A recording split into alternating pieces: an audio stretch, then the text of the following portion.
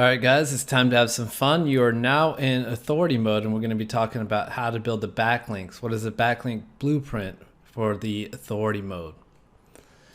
Now, again, three stages of website growth: sandbox, trustworthy. Now we're in authority mode. Let's figure out what it actually means to be in authority mode. Basically, you're going to know you're in authority mode when you start to instantly rank for new pages. Like, for example, here, this page was just newly published. You can see I'm outside the top 100, just straight up nowhere. And then the day from the January 6th, it was nowhere. January 7th, it indexes at 29. So that's a good sign you're in authority mode. Anything that indexes on page 1, 2, or 3 right out the box right away is good. For a lot of keywords, you'll find them instantly going to page 1, which means you're in hardcore authority mode and you need to take things a little bit differently. We'll talk more about it in the authority module itself, but we're simply talking about backlinks to authority sites. So what are the recommended links for authority mode? Number one, this is new. We're going to be starting to go after those hard to land editorial links.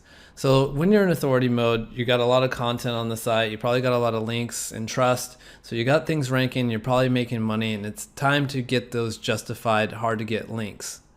Now, what kind of links are these? These are links from sites like Forbes, IBM, Reader's Digest, just technology sites, if you're in the technology niche, but big ones that are highly recognizable.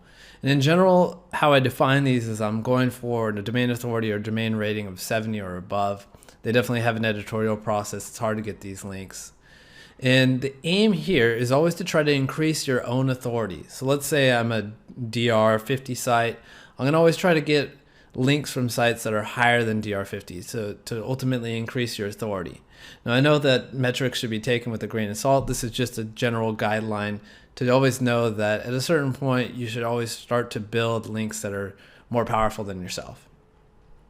And what these editorial links are good for is they're great for continuously building trust. Trust is the foundation of what we're trying to do with backlinks. We always want to make sure we're trustworthy, so all the links and the link juice that we get to our sites is justified.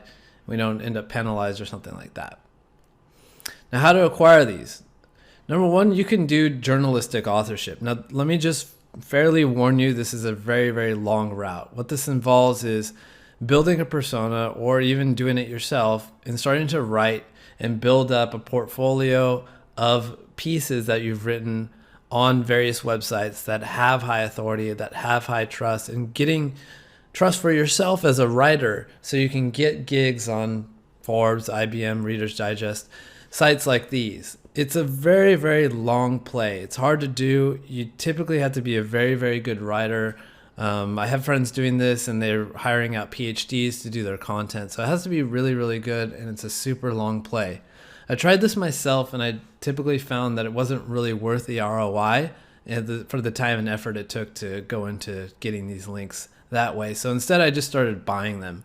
And buying them, you're just buying from someone who's already done this journalistic authorship and built these connections already. And they're more pricey than your average link, but I think that they're worth it, especially at the editorial for the editorial links that you need in this authority mode stage. They're worth their weight in gold.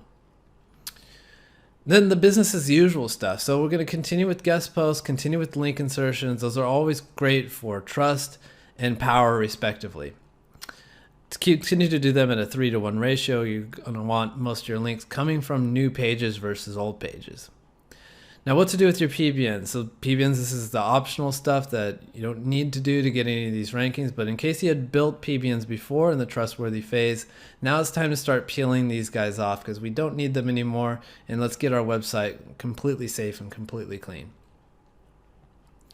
So link velocity, most likely you don't need to worry about link velocity at all. You're getting enough traffic to your site where I'd be shocked to see if you could build links fast enough that would push the envelope on versus how much traffic that your site has. Now, here's an example of an authority site. This site is getting 15,000 referring domains in a month. I don't think most of us have the ability to build that many. These are all real referring domains, solid backlinks, and this is a major authority website. So quick summary. We talked about how now editorial links are justified. We have the budget to get these links, and our goal here is to keep up that trust and build authority over time. And keep moving forward with guest posts and link insertions for more trust and more power, respectively. Remove those tier 1 PBN links, and ultimately enjoy your awesome and easy rankings on hard-earned road to authority mode status.